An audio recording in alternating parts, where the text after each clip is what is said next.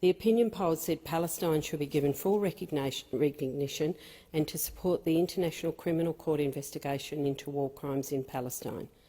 I saw with my own eyes the impact of Israel's military occupation of Palestine. I watched children being tried in military courts. These did not meet any of the basic standards of a fair trial. This process ends with a 99% conviction rate for Palestinians can hardly be deemed just. I saw homes that had been demolished by Israeli forces. I saw families displaced by settlements and their farming lands being declared closed military zones.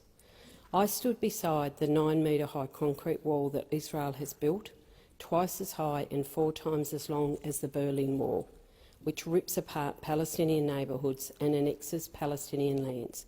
Military occupations are inherently brutal, but they are never supposed to be permanent. Military occupations must be opposed whether in Ukraine or in Palestine.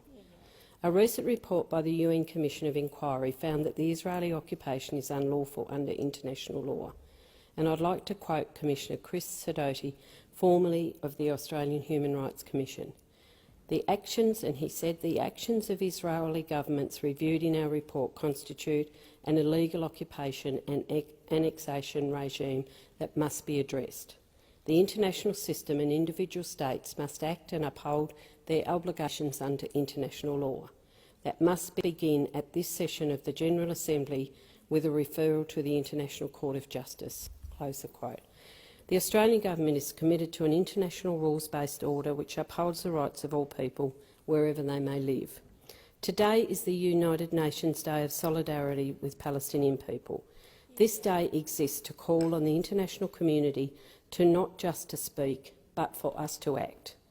We must recognise the rights of Palestinians as equal to Israelis, to have self-determination, to have security, to have and live equally amongst the world's nations. We must also support Israeli accountability in international courts and ensure Israel's violations of international law are challenged.